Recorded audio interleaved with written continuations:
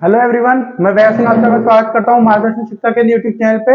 आशा करता हूं सब लोग ठीक होंगे, अपनी तबीयत का पूरा ख्याल रख रहे होंगे और अपनी पढ़ाई में पूरी मेहनत कर रहे होंगे। तो चलिए बिना किसी देरी के आज की वीडियो को शुरू करते हैं।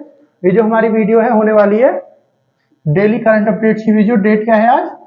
3 अप्रैल 2023 की वीडियो ये होने वाली है करंट अपडेट की। तो पहली न्यूज देखते हैं। पहली न्यूज क्या है? Government of India issue guidelines to address human wildlife conflict.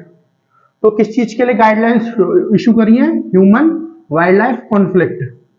Guidelines मतलब क्या होता है? निर्देश। ठीक है, निर्देश करें, निर्देश जो है वो रिलीज करे हैं, मतलब सबके सामने लेके आई है कि ये कुछ निर्देश हैं जो किस चीज में आपको इस्तेमाल करने हैं? ह्यूमन वाइल्ड लाइफ कॉन्फ्लिक्ट के समय पे आपको इस्तेमाल करना है, आपको काम कैसे कैसे करना है। ठीक है, तो ह्यूमन वाइल्ड लाइफ कॉन्फ्लिक्ट क्या है? सबसे पहले हमको ये जानना होगा। देखिए, ह्यूमन मतलब मनुष्य और वाइल्ड लाइफ मतलब, वाइल्ड लाइफ से हम बात हो रही है जो भी कोई जंगली जानवर या कोई भी होगा ना, उसकी बात यहाँ पे आ रही है, चाहे वो कितना बड़े से बड़ा हो, चाहे छोटे से छोटा जानवर हो, उसी की बात यहाँ पे हो रही है। तो उनके बीच में जब कॉन्फ्लिक्ट हो, कॉन्फ्लिक्ट मतलब उनके साथ उन दोनों का आमना सामना हो जाए, किसी वजह से लड़ाई का मतलब वही है ना, आमना सामना हो जाए। तो कोई जंगली जानवर आपके ऊपर हमला कर दे, तो ऐसी जो सिचुएशन है, ऐसी जब परिस्थिति आएगी, उसमें आपको कैसी गाइडलाइंस, क्या जो है आपको निर्देश दिए गए, आपको कैसे कैसे काम करना है, उसके बारे में यहाँ पे बात चल रही है। देखिए, पिछले कुछ समय में ना ह्यूमन और जो वाइल्ड लाइफ कॉन्फ्लिक्ट है, फिर ह्यूमन और एनिमल कॉन्फ्लिक्ट है, ये बहुत ज्यादा बढ़ गया है ना। चाहे वो क्या बोलते हैं उसे, मनुष्य किसी पर अगर हमला कर दे, है ना, किसी गांव के ऊपर हमला कर दे या किसी मनुष्य के ऊपर कोई जानवर हमला कर दे, ठीक है, या तो फिर क्या होगा, कोई जंगली जानवर है वो किसी वजह से मर जाए, कोई एक्सीडेंट हो जाए। अब देखिए इसके साथ प्रॉब्लम क्या है, जो हम लोग मनुष्य, जो ह्यूमंस हैं, फॉरेस्ट को काटे जा रहे हैं, जो जंगल है उनको तो काटे जा रहे हैं, और क्या कर रहे हैं, घर बनाए जा रहे हैं उनकी तरफ, है ना, उनकी तरफ घर बनाए जा रहे हैं, जंगल को काटे जा रहे हैं। फिर कोई आपका बहुत बड़ा जंगल है, उसके बीच से हाईवे गुजार दिया, है ना, उसके बीच से रेल की पटरी गुजार दी। अब इसमें परेशानी क्या होती है, क्योंकि देखो वो तो जानवर है, मनुष्य तो है नहीं, उसे पता तो है नहीं कि कैसे जाना है कैसे नहीं जाना, वो तो अपनी जिंदगी जैसे व्यतीत करता आ रहा होगा ऐसे वो करेगा। तो जब वो देखता है किसी ऐसे आदमी को, मतलब किसी नए आदमी को देखेगा, या फिर गाड़ी वगैरह को वहां से चलते हुए देखा, या फिर ट्रेन जा रही है उसको देखेगा, तो क्या होगा, तो उसको पता नहीं है क्या करना है, या फिर क्या होगा, उसको वो ठीक नहीं लगेगा, जो भी होगा वो आपके ऊपर हमला भी कर सकता है, आपके पीछे भी भाग सकता है आपसे डर के, या फिर क्या होगा, या फिर वो भागेगा नहीं, वहीं खड़ा रहेगा, तो कई बार मनुष्य भी उसके ऊपर हमला कर देते हैं, है ना। कई बार क्या होगा, ट्रेन की पटरी क्रॉस कर रहा है, ट्रेन आ गई तो उससे क्या होगा, टकरा के मर जाते हैं, बहुत सारे हाथी वगैरह ये सब मर जाते हैं। फिर हमने देखा है बहुत ज्यादा जो है आपके बिजली के केबल्स जा रहे होते हैं जंगलों के ऊपर से, कई बार वो टूट जाते हैं, तो उसकी वजह से किसी जानवर की मृत्यु हो जाती है। तो ये किस वजह से हो रहा है? ये हो रहा है क्योंकि हम लोग उनकी टेरिटरी में घुस रहे हैं, हम लोग उनके इलाकों में घुस रहे हैं। हम लोग उनके इलाके में कैसे घुस रहे हैं? क्योंकि हम लोग क्या, पेड़ों को काट रहे हैं, जंगलों को साफ कर रहे हैं, क्योंकि जंगल में रहते हैं जंगली जानवर, है ना, जंगली जानवर तो जंगल में रहेंगे। हम क्या कर रहे हैं, जंगलों को साफ करके वहां पे घर, रोड, पटरी ये सब बना रहे हैं, ठीक है। अब इसकी वजह से क्या हो रहा है, जो उनकी लाइफ है, जो उनकी जिंदगी है, वो डिस्टर्ब हो रही है। जब उनकी जिंदगी डिस्टर्ब होगी, वो जानवर है, वो क्या करेंगे, अपने आप को बचाने के लिए हमला ही करेंगे, ठीक है। तो इसी वजह से क्या हो रहा है आजकल, ह्यूमन वाइल्ड लाइफ कॉन्फ्लिक्ट या फिर ह्यूमन एनिमल कॉन्फ्लिक्ट, मनुष्य और जानवर की कॉन्फ्लिक्ट बहुत ज्यादा बढ़ती चली जा रही है, ठीक है ना। कभी ना कभी कोई ना कोई न्यूज थोड़े बहुत दिनों में आई जाती है कि किसी जानवर ने किसी गांव पे हमला कर दिया, किसी मनुष्य पे हमला कर दिया, या फिर कोई जानवर ट्रेन के आगे आके मर गया, या फिर गाड़ी से टकरा के मर गया, किसी गाड़ी के पीछे भाग रहा है कोई जानवर। ऐसी न्यूज आती रहती है। क्यों आती है? इसी वजह से आती है, ठीक है।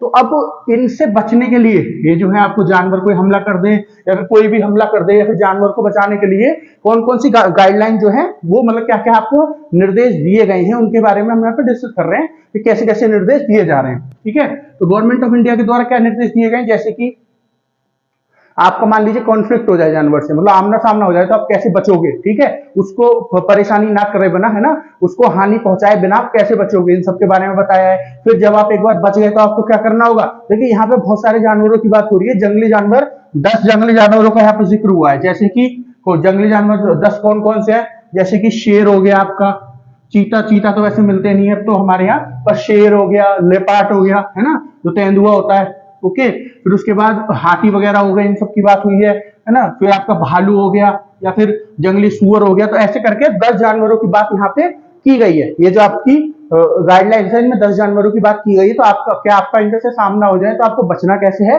फिर आप जैसे ही बचे हो और एक सेफ एरिया में आ गए हो वहां से भाग के, तो आपको क्या करना होगा, सबसे पहले जो आसपास की अथॉरिटी होगी, जैसे किसी जंगल में हो आप, तो जो फॉरेस्ट अथॉरिटी होगी उसको इन्फॉर्म करना होगा, ठीक है, या फिर किसी और का नंबर है आपके पास, जो पुलिस स्टेशन या किसी का भी ऐसे का नंबर है, उसको आपको इन्फॉर्म करना होगा ताकि वो आपको जल्दी से जल्दी पहुंच सके आपको बचाने के लिए, ठीक है। और फिर उसके बाद क्या होगा, जैसे ही मान लीजिए उनको बचा लिया गया, तो सबसे पहले जानवर जो होगा उसको न्यूट्रलाइज किया जाएगा, उसको भगाया जाएगा, निकाला जाएगा वहां से, ठीक है, मनुष्यों को लेके आया जाएगा, जो अथॉरिटीज होंगी आपकी फॉरेस्ट अथॉरिटी या फिर जो भी अथॉरिटी होगी वहां पे, उसके द्वारा फिर उसको डॉक्टर के पास ले जाया जाएगा, जो भी मनुष्य होगा, या फिर मान लीजिए जानवर को कोई हानि हो गई है तो जानवर को भी फिर डॉक्टर के पास ले जाया जाए। तो ऐसे ही करके इसमें गाइडलाइंस अलग अलग लिखी हुई है। फिर ये लिखी हुई है कि अगर आप किसी जंगल के बीच में से सड़क लेके जा रहे हो या फिर आप हाईवे वगैरह लेके जा रहे हो तो उसको कैसे लेके जाना है, क्या कैसे कैसे उस पर काम करना है, जो जानवर कई बार ट्रेन से टकरा के जिनकी मृत्यु हो जाती है उनको कैसे बचाना है, जो आपकी इलेक्ट्रिक लाइन, इलेक्ट्रिक वायरिंग जो जा रही है ऊपर से,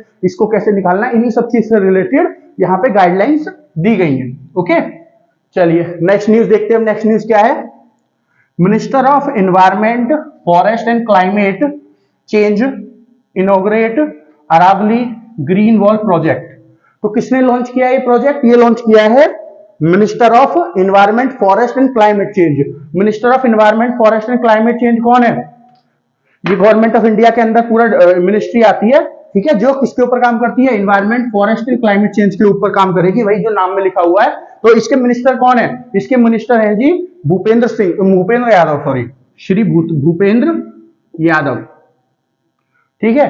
तो भूपेंद्र यादव जी जो है, जो minister of environment forest and climate change के मिनिस्टर हैं, उन्होंने क्या किया है, उन्होंने ये जो आपका प्रोजेक्ट है इसको लॉन्च किया है, अरावली ग्रीन वॉल प्रोजेक्ट।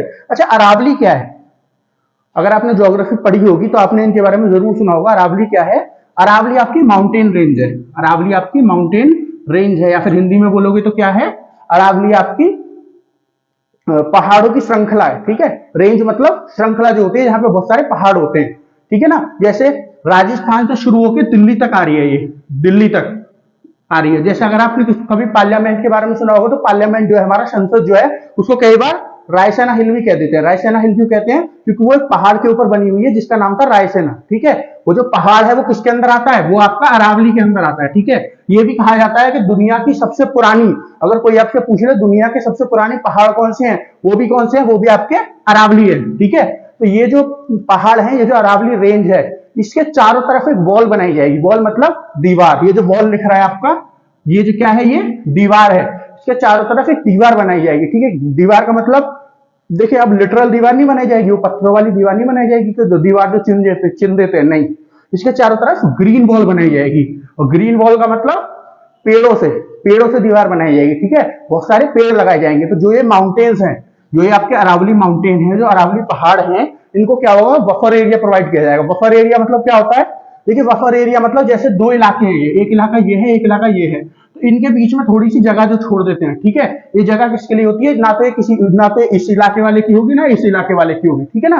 कभी कोई थोड़ी बहुत परेशानी हो जाए तो इस वाली जगह का इस्तेमाल किया जाए। मान लीजिए कोई बॉर्डर क्रॉस कर जाए तो वो एकदम दूसरे की टेरिटरी में ना घुस जाए, ठीक है। इसी वजह से ये जो बफर जोन है ये दिए जाते हैं, ठीक है। इनको नो मैंस लैंड भी बोल देते हैं, ठीक है ना, नो मैन लैंड भी बोल देते हैं। तो इसी तरह के बफर जोन दिए जाएंगे, ठीक है ना, इसी तरह के बफर जोन दिए जाएंगे।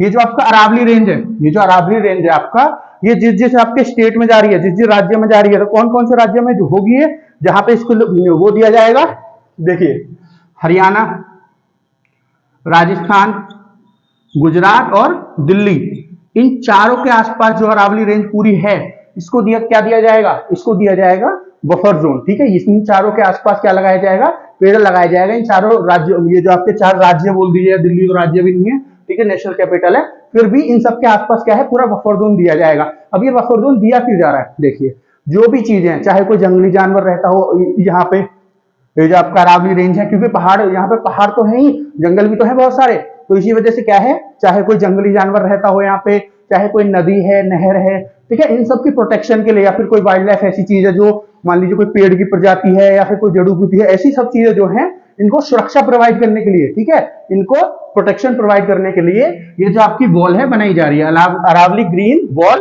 प्रोजेक्ट, ठीक है, जो किसके द्वारा लॉन्च करी जा रही है, ministry of environment forest and climate change के द्वारा, ठीक है। चलिए आगे चलते हैं, नेक्स्ट न्यूज देखते हैं। नेक्स्ट न्यूज क्या है, Arnab Banerjee named as MD and CEO of, एक मिनट मिट गया है यहां से, ये सेट लिख रहा है, CEAT, ओके। तो न्यूज देखते हैं दोबारा से, क्या है, Arnab Banerjee named as MD and CEO of set, ठीक है। तो अरवन जो आपके अर्नब बैनर्जी है, इनको क्या चुन लिया गया है, इनको सीईओ और एमडी मतलब मैनेजिंग डायरेक्टर, सीईओ मतलब चीफ एग्जीक्यूटिव ऑफिसर, कौन सी कंपनी का, सीएट कंपनी का।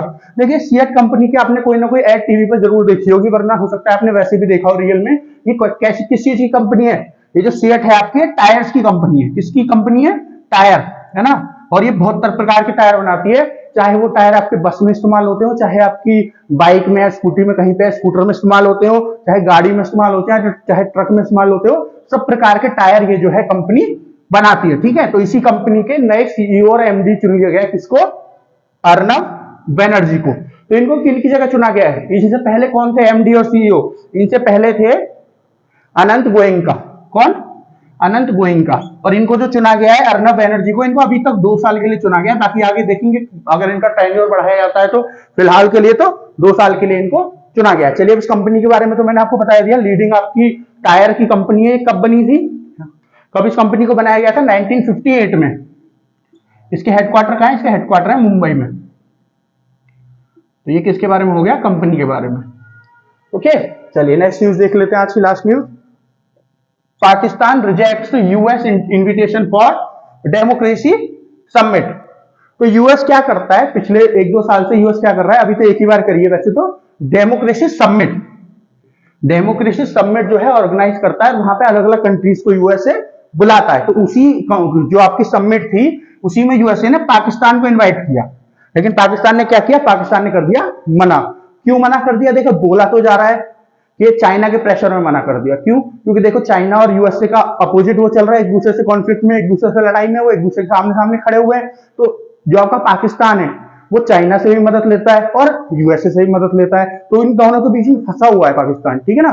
अब जब जरूरत पड़ती है, क्योंकि दोनों इनका मदद भी करेंगे, और जब दोनों मदद करते हैं तो फायदा भी दोनों उठाएंगे। अब पाकिस्तान का क्या है कि जो जिसकी तरफ जो मतलब जो ज्यादा पाकिस्तान की मदद कर रहा होगा, उसकी तरफ पाकिस्तान जो है झुक रहा होगा, है ना। तो बोला जा रहा है यहाँ पे कि चाइना के प्रेशर के अंदर किसने मना कर दिया है, पाकिस्तान ने मना कर दिया है यूएसए की डेमोक्रेसी समिट जो है इसको अटेंड करने के लिए, ठीक है, इसमें जाने के लिए।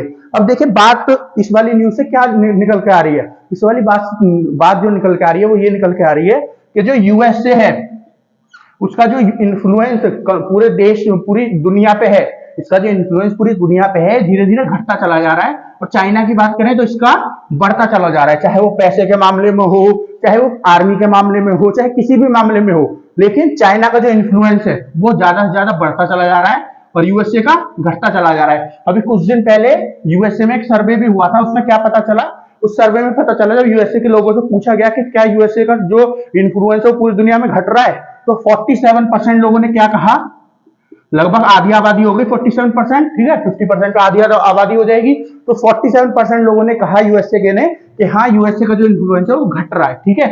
यूएसए की बात जो है कम मानते हैं, यूएसए की जो सॉफ्ट पावर है वो धीरे धीरे कम होती चली जा रही है सब देशों में। आप इसी से देख लो पाकिस्तान, अभी थोड़े दिन पहले इसको इतना बड़ा प्रोजेक्ट दिया, प्रोजेक्ट नहीं सॉरी, इतने सारे पैसे दिए थे यूएसए ने, समझ रहे हो आप। अभी थोड़े दिन पहले की तो बात है जब इसका जो एक F-16 की डील थी 450 मिलियन की, F-16 की डील थी, उसको क्या किया था यूएसए ने, उसके लिए पैसे दिए थे। फिर जब यहाँ पे बाढ़ आई थी तो बाढ़ के नाम पे पता नहीं कितने पैसे खुद ने दिए, और जो अपनी दोस्त वाली कंट्री है, वेस्टर्न कंट्रीज, यूरोपीय कंट्रीज, उनसे दिलवाए, यूएन से दिलवाए, यूएन की अलग अलग बॉडी से इतना सारा पैसा दिलवाया, किसको, पाकिस्तान को, ठीक है। इतनी पाकिस्तान इतनी बुरी स्थिति में है, इकोनॉमी बिल्कुल गिर रही है, कुछ भी नहीं है पाकिस्तान के पास, फिर भी क्या है, पाकिस्तान की इतनी हिम्मत हो रही है कि वो यूएसए से उसी समिट अटेंड करने के लिए मना कर रही है, ठीक है। देखिए बहाना कुछ भी दे रही हो, ठीक है, बहाना कुछ भी दे रही हो, लेकिन कुल मिला के मना कर रही है। बहाना क्या दिया है वैसे इन्होंने बहाना दिया है कि इससे पहले जो समिट हुई थी उसमें हम लोग नहीं आए थे, इसी वजह से हमको पता नहीं है समिट में क्या होगा क्या नहीं होगा, तो इसी वजह से हम इस बार भी नहीं आ रहे। तो ये बेकार से बहाना इन्होंने दे दिया पाकिस्तान ने, ठीक है। तो इससे क्या पता चल रहा है, यूएसए का इन्फ्लुएंस धीरे धीरे घट रहा है। लेकिन देखिए यूएसए का भी क्या है सिस्टम, यूएसए की भी समझ में नहीं आता है ना।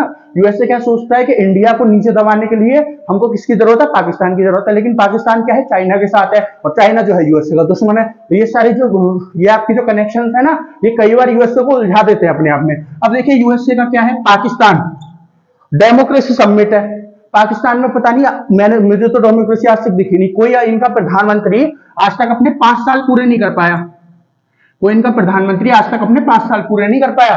तो डेमोक्रेसी कैसी है फिर, जब 5 साल कोई प्रधानमंत्री आज तक पूरे नहीं कर पाया। 75 साल तक हो गए इस देश को आजाद हुए, आजाद नहीं बने हुए 75 साल हो गए इस देश को, लेकिन अभी तक इसका कोई प्रधानमंत्री 5 साल पूरे नहीं कर पाया। समझ रहे आप। तो पता नहीं कैसे डेमोक्रेसी। और आर्मी जो है हर कुछ साल बाद क्या करती है, आर्मी के जनरल जो है वो इसे टेक ओवर कर लेते हैं। फिर भी पाकिस्तान को पता नहीं डेमोक्रेसी समिट में क्यों बुलाया जा रहा है। जब नाम ही इसका डेमोक्रेसी समिट है तो इसका मतलब डेमोक्रेटिक कंट्री यहाँ पे आनी चाहिए, लेकिन पता नहीं पाकिस्तान को क्यों बुलाया जा रहा है। वहीं पे जो कुछ कंट्रीज हैं, जो डेमोक्रेटिक कंट्रीज जो सच में डेमोक्रेसी को फॉलो करती हैं, उनको यूएस बुलाता नहीं है। जैसे बांग्लादेश को यूएसए ने बुलाया नहीं। पिछली बार भी बांग्लादेश ने बोला कि हाँ हमको जाना है समिट में, लेकिन इनको बुलाया नहीं गया। इस बार भी इनको नहीं बुलाया गया। तो क्या है, ये यूएसए के डबल स्टैंडर्ड्स हैं। ठीक है, जिसको यूएसए से काम पड़ रहा है ना, जिसको यूएसए को जिससे काम पड़ सकता है, जैसे यूएसए को लगता है कि पाकिस्तान को हम अगर अपना दोस्त बना के रखें तो इंडिया को दबा सकते हैं, ठीक है, इंडिया को ज्यादा उभरने से रोक सकते हैं। तो इसी वजह से क्या है, यूएसए पाकिस्तान को सपोर्ट कर रहा है। लेकिन बांग्लादेश से ऐसा कोई फायदा दिख नहीं रहा, तो इसलिए बांग्लादेश को सपोर्ट नहीं कर रहा है यूएसए। ठीक है, तो यही ये न्यूज है जो मैं आपको बताना चाहता था। तो एक बार आप बोर्ड देख लीजिए। तो दोस्तों आशा करता हूं आपको सारा कुछ समझ में आया होगा, सारी न्यूज आपको समझ में आई होगी। फिर भी ऐसी कोई न्यूज है जो आपको समझ में नहीं आई, तो आपको क्या करना है, आपको कमेंट सेक्शन में कमेंट करके बता देना है। जो चीज आपको समझ में नहीं आई, तो आपकी जो नेक्स्ट वीडियो होगी 4 अप्रैल की 4 अप्रैल की, वो उसमें मैं आपको समझा दूंगा जो आपकी समझ में नहीं आया। तो आज के लिए इतना ही। हमारा जो चैनल है मार्गदर्शन शिक्षा केंद्र, उसको सब्सक्राइब करें, हमारी वीडियो को ज्यादा लाइक करें और हमको सपोर्ट करें। मिलते हैं आपसे कल, तब तक के लिए धन्यवाद।